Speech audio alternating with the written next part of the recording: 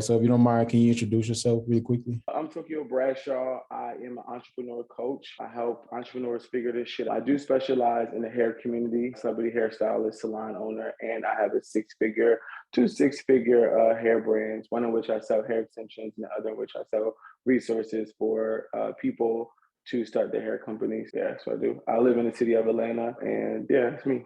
Okay. What made you become a hairstylist? I became a hairstylist because it's an interesting story. So I grew up around hair. My mom was a hairstylist. My sister was a hairstylist. Same. And when she went through cosmetology school, I used to like read her books, steal her mannequins and hide in the bathroom and do the mannequin's hair. And so I started embarking on my journey of hair.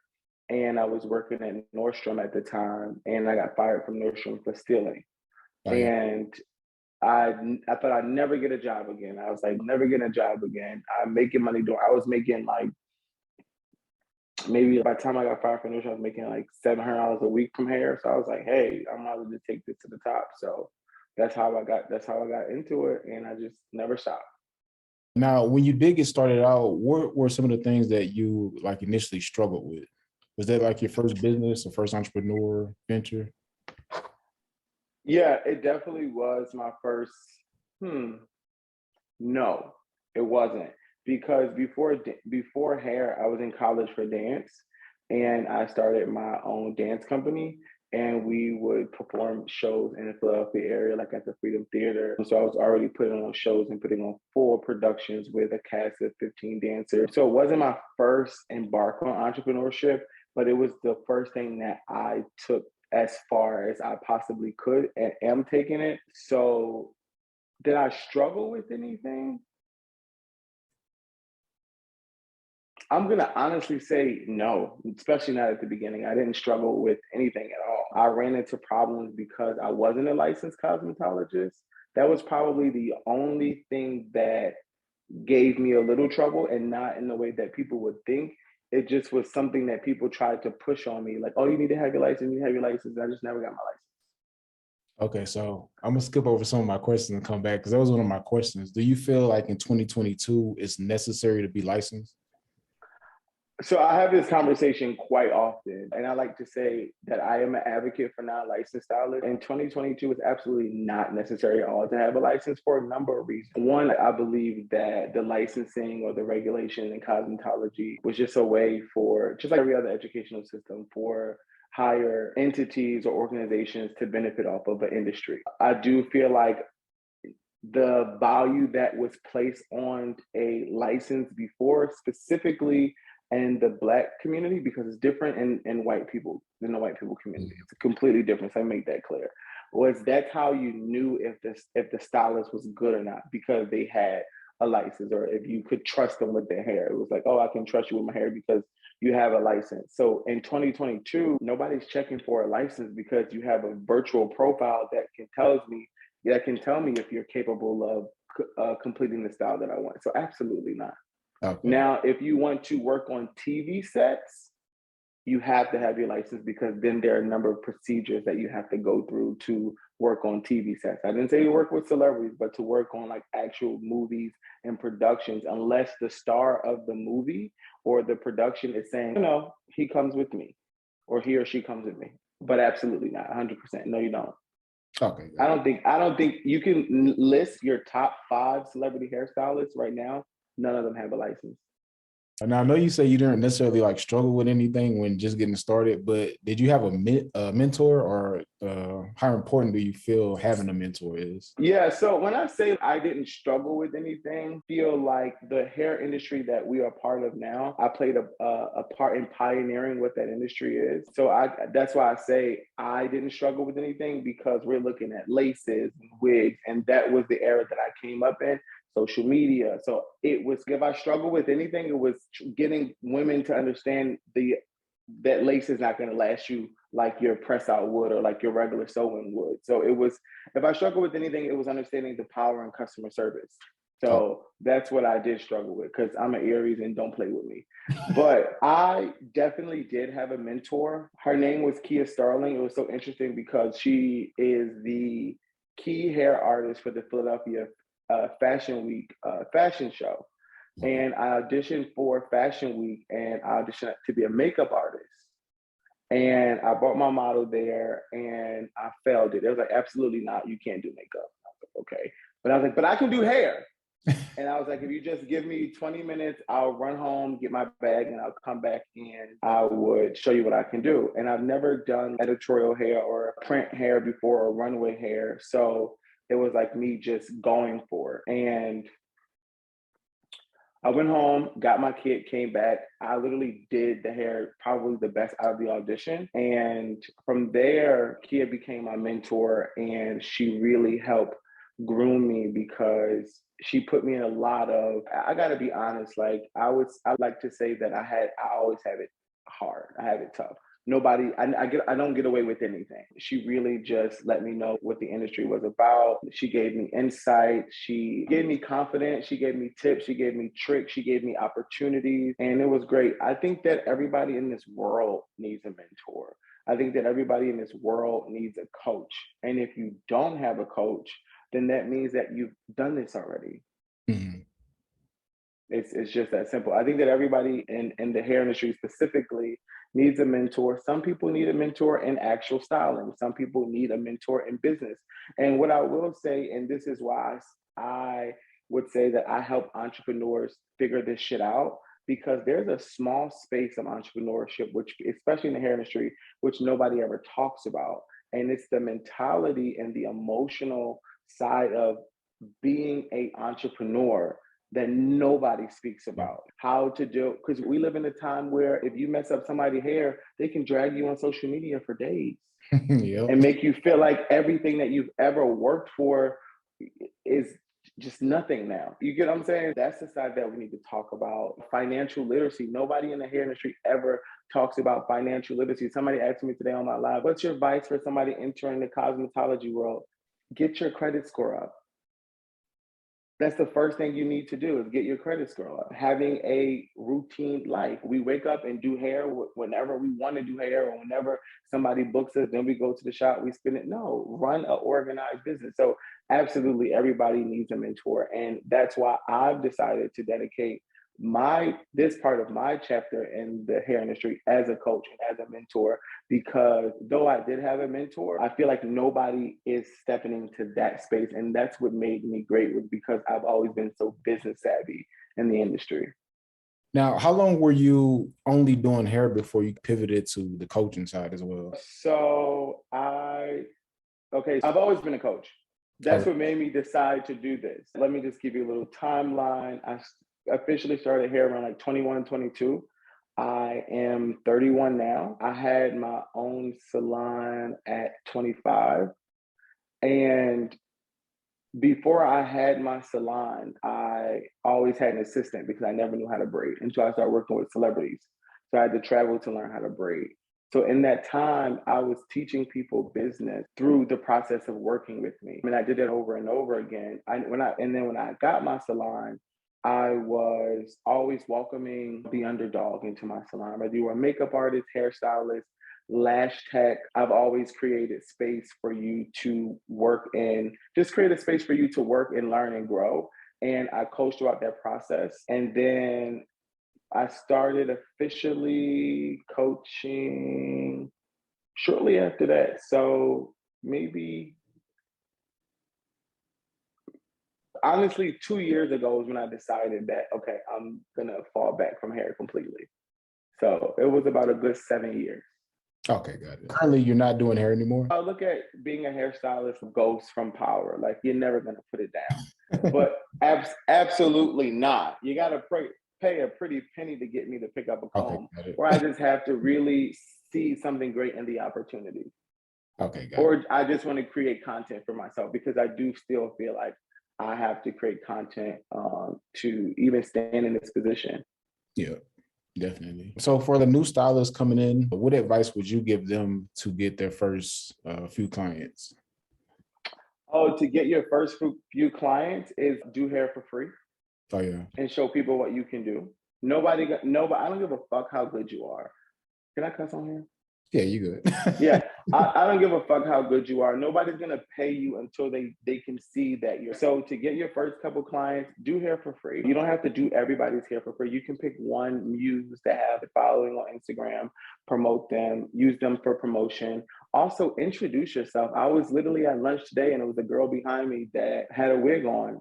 I literally just introduced myself and told her I was a hairstylist, and I was like, "Hey, if you ever need some, hit me up." I don't do it because I want to do your hair. I do it because that's still a practice that you have to have. And you know what I'm saying? Just being able to introduce yourself. Everybody relies solely on social media so much when Mm. there's real people outside. If you go outside and you run into 5 women, those are 5 potential customers. If you can just get one of them to book and you do that 5 times a week, now you have 5 new clients. But everybody relies so much on social media. So I would say do hair for free to show off your work. Everybody's, oh, I'm so good. You're not that good. If people don't know you're that good. And secondly, if it's 2 pieces of advice, be able to introduce yourself to people and let people know what you are capable of and where you're located and how you can service them. And you would be surprised how quickly your Okay, got it. And just to be clear, the sole purpose of the free hair doing is for content, correct? it's not so much free. All right, so let's talk about a few things, right? I'll bring up something that literally just grinds my gears. I often see stylists do this thing, and you can share your opinion on it as well. They do this thing where they're like, oh, looking for a model, Hmm. but you gotta buy the hair from me, and I'll do the install for free. I wanna make something very clear. We live in a world where distribution is free and at your fingertips. We didn't have that 7 years ago. You had to pay for ads in the news. You had to print out flyers and walk around and give them out. So if you have the ability to showcase and market your work, why are you charging somebody to market your work? It's not that you're doing hair for free. You're creating marketing for yourself so that people can know that your services are available. I say do hair for free, but the what's really happening is you're paying for your own marketing with time. You don't have to spend money. Brands spend so much money on influencers and you get to just do hair and make a video and post it. Why wouldn't you want to do that? So now that I have acquired these 5 clients, what would you say the best strategies are for retaining them? All right, so the best strategies to retain your 5 clients is to ask them questions. So Mhm. one of the things that I always ask my clients is like, what made you book me? I look at beyond the hairstyle, I look at their lifestyle. Are you somebody that needs a certain type of convenience when you get your hair done? Are you somebody who gets your hair done all the time? Are you somebody who likes to be in a salon by yourself? So really understand, study your clients, ask them questions, get them to pre-book before they leave, treat them with the utmost respect as possible because you get people that try you. We get people to try us all the time. I'm not saying that the customer's always right, but the customer's paid your bills. So we're gonna meet in the middle. I would say keep them inspired. Okay. Another thing that I see that drives me up a wall is I see stylists post a picture from somebody else and say, I wish my clients would ask me for this. And again, you haven't showed your clients that you can do this. Yeah. You haven't showed your clients that you can do this. And always add value. I feel like there's not a lot of value being added to the hair experience. It's like, oh, come get your hair done. And I see a lot of stylists doing like this thing where like offering hookah and all that. And it's always the fluff, but it's not about that. It's about just making them feel like they're getting more bang for their buck. Like one of the things that people so against this, but include the hair with the services. If you include the hair with the services, and I feel every stylist should sell hair at this point, even if you're just retailing it out of your salon, you don't have to go online and start a hair business or anything like that. Just have it available for your salon. You make it more convenient for them. So if you have 3 bundles and each bundle is $30, that's $90 per bundle, $90 for a set of 3 bundles. You're charging $150 for an install. If you charge $300 for those 3 bundles and the install, you're now making $210 for the same install. And the client feels like they don't have to wait for the hair to get there. You can color it if you need to before they get there. And they feel like they're getting more value because they don't have the hassle of going online and shopping with another company. You just show up and sit down and get your hair. And keep communicating with your clients. A lot of times people don't check up with their clients. What I realized a long time ago is that hairstylists, and I did this myself, think that because somebody comes to you once that they're your client. Mhm. You have to maintain that relationship. So come up with a system that works. If somebody get their hair done on the first, you should be texting them by the second week saying, "Hey, how's that closure? Is your curls maintaining?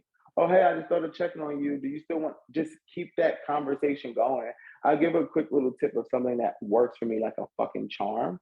If I did your hair and I liked it, and I wanted you to come back as a client, I'll post you in my story, tag you to remind you of how good you look when you got your hair done by me. And then you're more likely to come back. Yeah, that's really smart. Yeah, thanks. Let me take that down. Now, I also see that you're creeping up on 80,000 followers on Instagram. How Yeah. long did it take you to get there? And what tips would you give to someone that's struggling to grow their audience? Okay, so it's been a journey for me, right? I actually had one of the first viral hair videos to ever go viral on social media. And that's what first jumped my social media platform. And I fell asleep one day with 6,000 followers, woke up with 25,000, like literally in a couple hours. And then it kept growing from there. And then my Instagram got deleted for a year, almost a year and a half. And that's when all the algorithms start like changing. Mm. So I was like not in nobody's feed. Nobody has heard from me or this account in over a year and a half. So it was just a shit show. I couldn't get past 60,000 followers for almost a year. I don't know what the fuck it was. I was literally doing cartwheels and it just was not working. And now my following is definitely growing and it's very consistent. So my advice for anybody that wants to grow their social media following is to be very consistent. Okay. No matter what. Set a schedule, be very consistent, and know how you serve your audience. If you don't know how you serve your audience, there's no point of you posting. There's no point of you even doing it because you're just posting arbitrarily and talking to whoever you're going to gain their attention. So if you know that you're the hairstylist that is bomb with tape-ins, the new trend, then keep giving them education on tape-ins. And don't be scared to hop out of the box. I grab social media tips and tricks from other places. I just watched a tennis match and because my friend loves tennis. So whenever we go over his house and I'm at his house quite a bit, we're watching tennis. I'm even about to start playing tennis now. But in the tennis games, they put a piece of plexiglass over the camera. And if you win, then you get to write a message and like a little marker in the camera. That's something that I'm going to pull into my social media. Okay. And that's just a small example, but look at what other people are doing in different industries. So you don't just look at what other hairstylists is doing. Look at what I look at you. I look at how you talk to your audience. I look at the things that you're saying. I also steal. Mhm. I steal a lot. If you have some type of email sequence, I'll subscribe just to see what the fuck you're talking about. I'm never buying your product, but I want to know how your copy is written. You know what I'm saying? I'm on a bunch So, of email lists. huh? I say I'm on a bunch of email lists and Yeah, I'm gonna steal it because it's but just be very intentional and be very consistent and don't feel like you have to fit into a certain box. I feel like in the hair industry it's anybody's fucking game, but everybody just study the top people and I see why. But if you keep copying off of Tay and Tokyo Styles and Alonzo, who are you? yeah. What makes you different? Some two people that I admire for how they changed the game just quite a bit was the young lady that's like, "What up, bitches?" And then she goes on this like, she literally changed the game because she did what she wanted to do. Like nobody in a million, I don't want to say that, but had she not done that, she probably wouldn't be the sensation that she is now. Yeah. Even like Mitch, who's the hair physician, started jumping in front of his clients and going, "Book a look, bitch." No, people will be scared to do that, but he ain't give a fuck. And now it's like a phrase that other stylists are using because he wasn't afraid to tell somebody to book a look, bitch.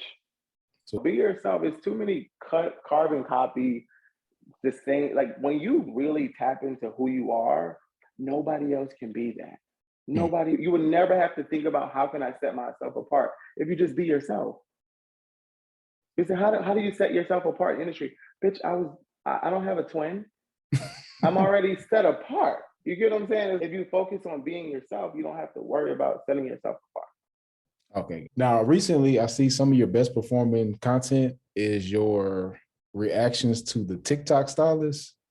You know, Yeah. how did you come up with that idea? And what advice would you give someone for trying to find content ideas that's outside of the box? I have to give 100% credit to a young lady named Jasmine Dior for pushing me to do that. And she's a stylist here on there. She's a sickening stylist, by the way. I think her Instagram is Miss Jasmine Dior because there's two of them, so I don't want to confuse the two, but I can't differentiate right now. We were just on the phone kikiing, and she was like, Tokyo, you should really do this. And I was like, I do not feel like the backlash of people. And I was like, oh, I do. And I was like, the comments are going to go crazy. And the one thing about it is I'm never intentionally negative, and I'm always use that as an opportunity to, how I've leveraged it for me is that, hey, if they're good or bad, this person is going to benefit from this post if it, does well. So I just thought, and see, social media today, we don't realize this, but we already live in the metaverse.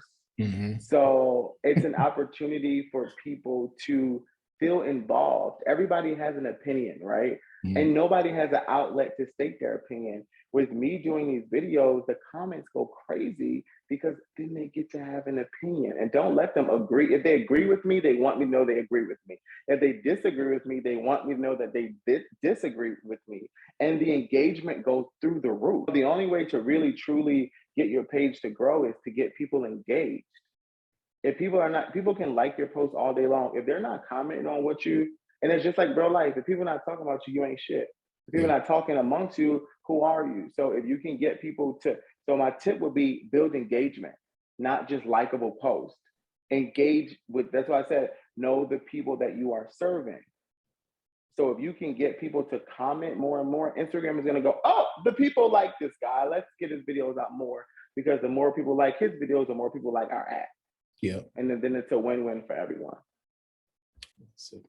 Do you like those videos? What do you think? I knew from the first one it was going to be trouble, and trouble equals reach on Instagram. But I was just comparing numbers, and it's like a big ass gap between your normal content and those reaction videos. So I was like, yeah, it's definitely a good ass idea. And what I do love about the reaction videos is I roll up, I smoke, and I sit and make them for an hour. I actually haven't recorded any of them in like probably a month. That was like just 2 days of recording them. And I let them perform on TikTok, serve their purpose on TikTok. And then now, because Instagram is responding, I just bring one over maybe every day or every other day. So I don't even record them anymore. I'm going to record some more so I can bulk them up, but I haven't recorded them in probably a month, maybe a month and a half. And I'm saying that because you don't have to be exhausted creating content anymore. Oh, yeah, especially when it performs good. I actually, you know what? I have something to say about that. A lot of times people aren't successful because their next level of success goes against what they believe right now. And you have to completely change your mindset. I used to watch people react to people things, or the people that mimic other people, and they get these crazy numbers because they're mimicking somebody else. And I'm like, you're so unoriginal. Like, all you're doing is copying someone. That's stupid. Oh, all you're doing is reacting. That's it. And then I was like, yeah, but this shit is working for these people. So why are you not doing it? Mm-hmm. So it became a part of my logic to go against what I used to believe, to then create this content. And the value that I had to add to myself is me. It was, every invention is just making something better. So if I add myself to this video, it makes it better. So what do you feel was the shift like in your mindset that made you go ahead and start with that content? It was that Jazz believed that it was going to be good. Okay, so an external push from a friend, something like that. Yeah, it was just like, hey, Tokyo, you should really do this. And she's like, you're the only person that can. And I was like, okay. And people love it. Like, when I tell you, people love it. So here's the thing, and this is the formula, right, to that. And I'm not afraid to say it because you can go try to react to a hair video, and I promise it won't be like me. So any stylist that's just coming in right now at this moment and they're trying to position themselves, where would you have them point their head to as far as like trends or what's coming up or what's, currently popular in the hair market? I feel like this. Always, as a hairstylist, you need to be able to dominate every trend. Okay. You need to let them know, like, I can do it all, because the trends just keep people watching you. Even if you're never gonna do tape ends, I hate tape ends. I think they're stupid. I did them over 5 years ago. I think they're dumb. I think like we did so much to get away from glue, and now we're taping hair to. But guess what? I'm gonna do a tape ends video in 2 days. I had my vendor make me 30-inch tape ends because nobody else had tape ends, because it's something that the people are interested in.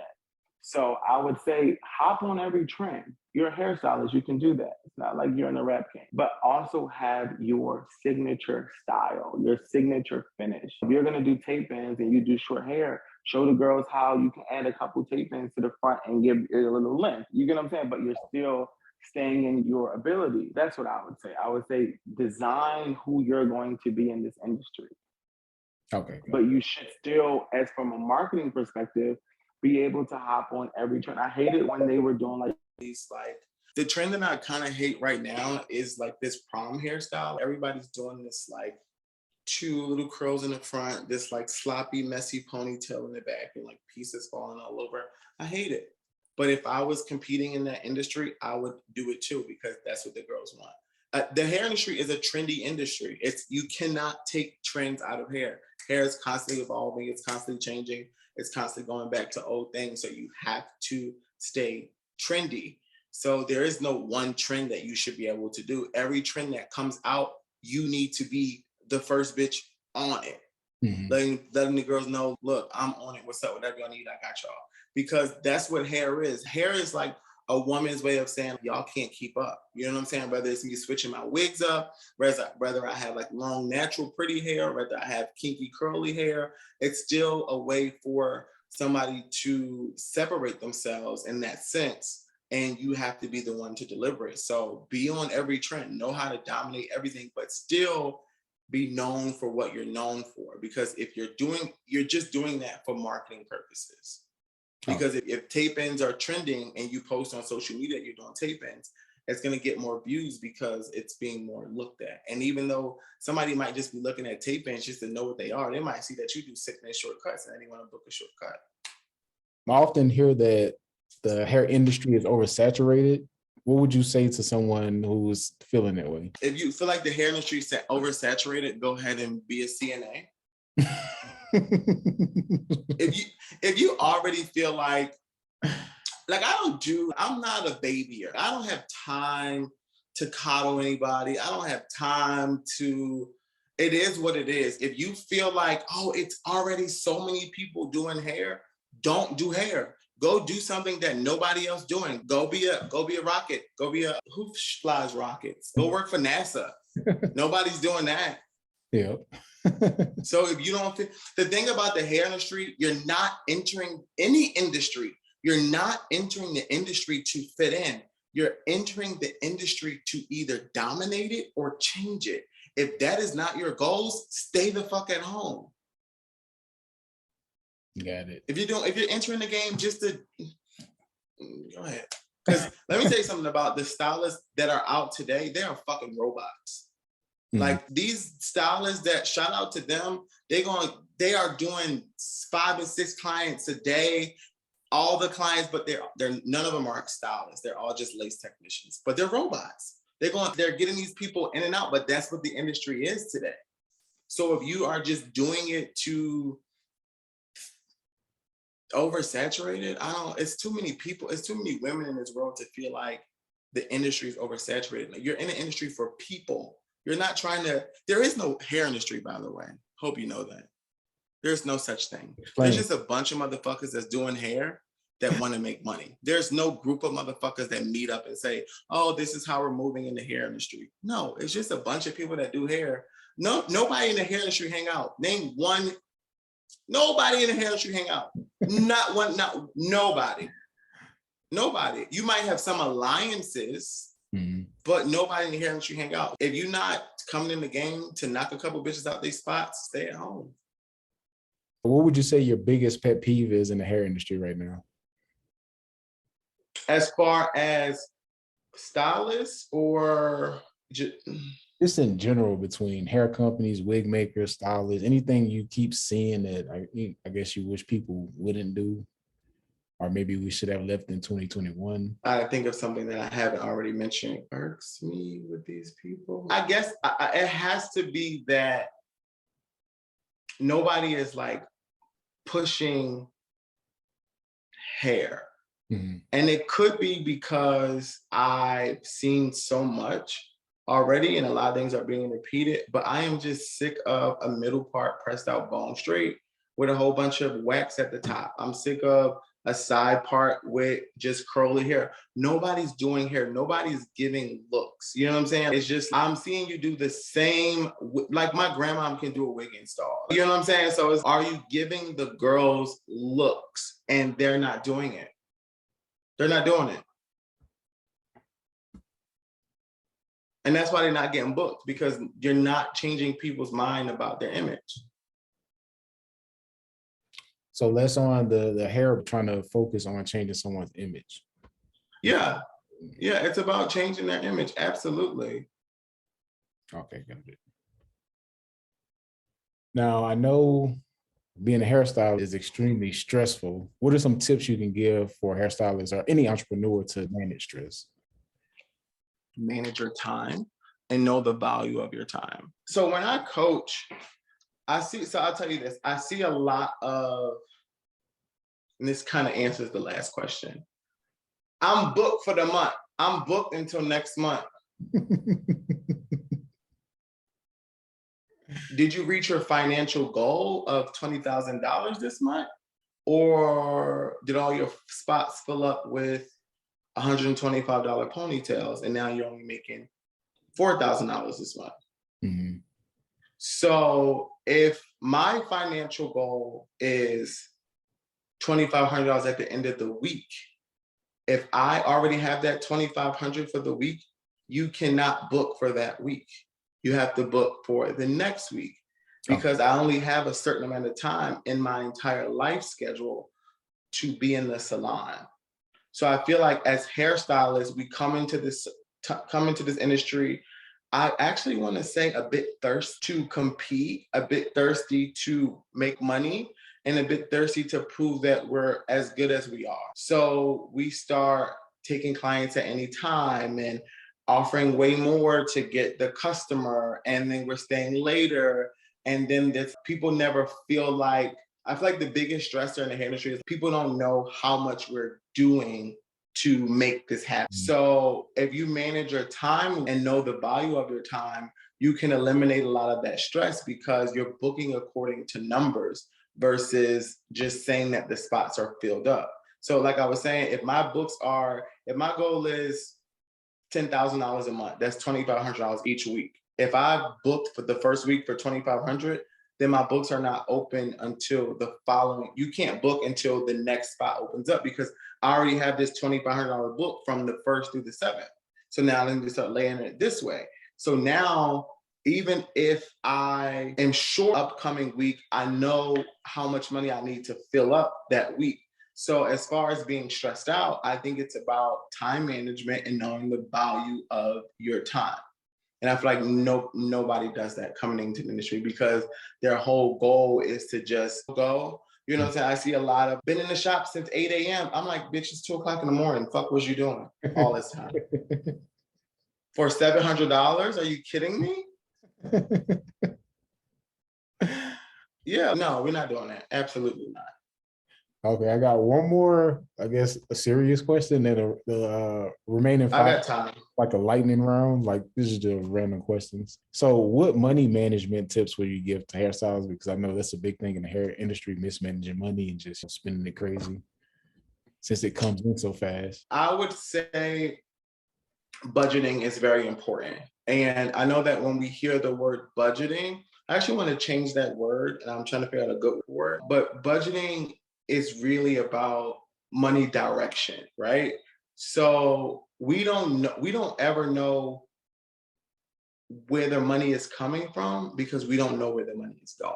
Mhm. So if you have $100, you need to be able to know where that money is going. So is the money going to rent? Is the money going to supplies? Is the money going to personal use? So I would say budgeting is really about knowing where your money is already going. So if you have a $10,000 goal, then you need to know out of that 10%, how much money is going to what bill or what part of your expenses. Secondly, have an expense account, which is an account that is strictly used for your expenses. You have to know how much. So I look at my life and my business is the same way. If you can run a business, you can run your life. If you can run your life, you can run your business. Mhm. So financially, I'm going to ask you this: how much does it cost to be you? What do you mean? How much does it cost to be you? If I wanted to buy your life right now, how much would I have to spend each month to do what you do on a monthly basis? Like just expenses and living and all of that jazz? Yeah. Hey, I want to do everything that you do. I want to live exactly how you live. How much is it going to cost me? My expenses are probably about 75 to 8 per month. So $8,000 a month. So if you know that, what you're doing with your money. Yeah. You get what I'm saying? Okay. Versus if you don't know that your expenses is 8K a month, when that 8K comes, because we see it, but we don't know that 1,200 out of that 8K is rent. But we go get shoes or we go get sneakers because our mindset is, oh, I'm gonna just do another sew-in tomorrow. Oh, we're gonna book, but then it's canceled. But if you know that this 8,000, this 1,200 is, or if you know that, prime example, if you know that it costs you $8,000 a month to live or operate your life or operate your business, if you have, what's 8 times 3, 24? Mm-hmm. If you have 24,000 in the bank, how many months are you already ahead? Okay, got it. So now if I know that I got 3 months of business expenses, I can now start investing into the next level of my business because I'm already good for 3 months. So it's just being aware of your money and know where it's going, because money is an energy. It's not what we think it is. It makes people move. So if you know that I got 3 months of rent saved up and put to the side, now everything else I'm making is going to be directed somewhere else, you can start investing in other things. You can start hiring an assistant. Nobody hires an assistant anymore. They hire braiders, which is so sad. It's like, I need a braider. No, if you know that you could pay somebody, I used to pay my assistant $25 an hour. I got up to $25 an hour, and a 10-hour day is only what, $250? Mm-hmm. That's one of my clients. She was doing 80% of my work. Okay. She was doing the booking. She was there to greet them. She was there to braid them, wash them, pluck the frontals the night before. But this girl's making $25 an hour. That's one client. All I do is show up, slap the wig on their head, curl it up, and do a little razzle dazzle. Yeah. So if you know where, but that $25 an hour made her move, and I had to do less moving. Same thing, like you do ads and stuff. You put the money out, the money gonna come back in. So I guess my financial advice is just be aware of where your money is going, because that's where you're going. Yeah, it's crazy you say that. My prior life, prior business, I did have the mentality of get it back. So I would probably spend all of the money I made that day, knowing tomorrow we want to get that same money back, not knowing none of my expenses and just hoping I have the money when those bills come. Yeah, it's a hustler mentality, and it's everybody has to go through it. We all go through that. We come from that hustler mentality. Yep. We come from it because we're not exposed to just being prepared for the future. And even if the plans go to shit, at least you were prepared for something. So you have to shift from this hustler mentality, because if every day you are spending the money for it to come back, you're just stuck in this cycle. Nothing increases the cycle, nothing takes the cycle somewhere else. So you have to know where this money is going. Because even if you're down to your last dollar, if I'm down to my last dollar, I'm paying my cell phone bill before I pay my rent. Because I can make money on this phone anywhere in the world. Exactly. You get what I'm saying?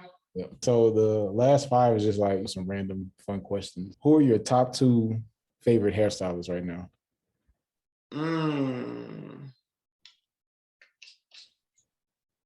I would say one of my favorites to watch is, and I hope I'm saying his name right, Alfred Lewis. I have to look that one up. Yeah, he takes it there. Like he does so many different kind of looks. He's playing with color, he's playing with texture, he's playing with cut, he's playing with just shape. Like he's really taking it there. He's very consistent on Instagram and on TikTok. He does this thing on TikTok where he's, hey y'all, I was thinking about doing this today. And then he takes you through the process of what he's doing. And then I guess my second favorite stylist would be, no one comes to mind. No problem. What's your favorite hair brand right now? What brand of hair? Yeah. Anybody who purchased my vendor list and is selling hair from my vendors, that I can trust their hair right away. But I don't have a favorite hair brand. Okay, got it. And you're in Atlanta, right? Yeah. What would you say one of the best places to eat in Atlanta? That is a tough question. Like you can eat anywhere in Atlanta. Where would you say you've been the most this year? But well, no, this year starting, I actually probably haven't been to Waffle House but once this year. I would say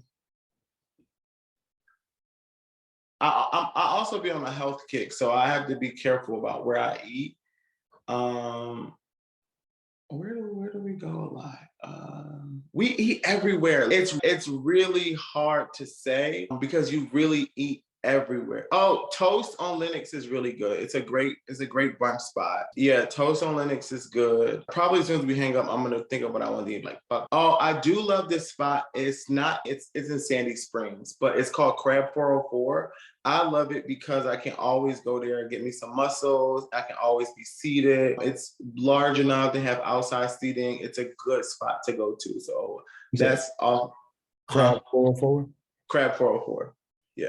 It's one of my favorite spots. That's where I go. Like I used to live in that area. So if I needed to have a meeting or anything, I'll just go straight there because I know I'm going to be taken care of. There's this other place called The Grill. Don't go there. The food is amazing, but they charge you a 20% gratuity and they treat you like shit. But the food is so good. I hit with a 20%. I didn't understand it in Miami last week. I'm like, I do understand it because it's an adjustment because a lot of restaurants are still fighting back COVID and everything that happened with being out of business for so long. But if you're gonna charge a 20% gratuity, which is fine, I normally tip 20% anyway because that's the quickest math I can do. But at least allow my services to match that as well. Yeah. Oh, it's this spot called Colony Square in Midtown.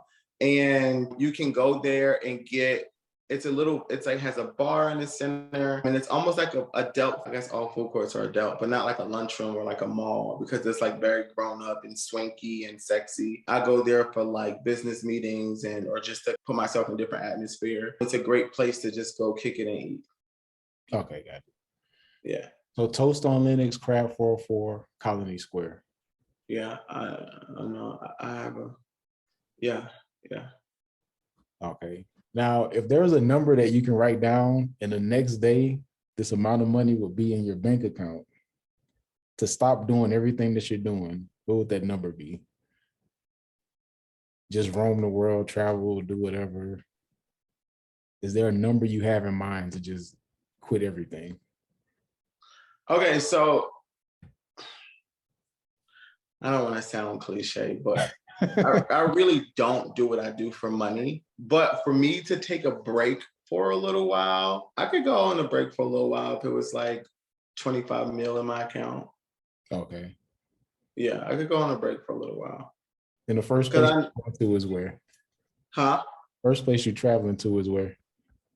Los Angeles. I don't know. I just love Los Angeles. I just love to go to Los Angeles, get me a nice Airbnb, get me a bunch of weed and just smoke, sit in the sun. I love Los Angeles, but I would love to visit Brazil. Brazil is a lot of fun. I want to go to one of those places where it's like cold outside, but then like you're in a pool. I forget where it's called, but was it like Iceland or Like the somewhere? water's like warm or hot, heated? Yeah, like the hot springs. I want to go there. Yeah. Okay, got it. I'm not a fan of Dubai. Everyone says it's boring and you really can't do shit. You can't nothing. And Nicki Minaj house. Okay. Where does she live? She probably lives in Beverly Hills or Calabasas. Beverly Hills. Okay. Now, last question. If you could go back in time, say 5, 10 years, with everything that you know today, call it 10 years when you just got started doing hair, do you think you still go on that same path with hair, or would you do something different? Absolutely not. If I knew what I knew today, I would have never fucked my credit up, invested in real estate, and created a fake social, not a fake social media, but a persona social media account that did not have my actual face on, and been like this invisible artist where nobody know who I was. Okay, got it. Yeah, that's what I would have done. Like I would have been a ghost. So you would have vanished. I would, like, you would have known there was somebody, but you would have never known it was me. So I could sit right next to you and you could be on my Instagram. Like, oh my God, I love this. But just, yeah, absolutely not. I wouldn't have done it. Hair has broken my heart so many times. No, hell no. Fuck that, no. Though I still love it, no. Okay.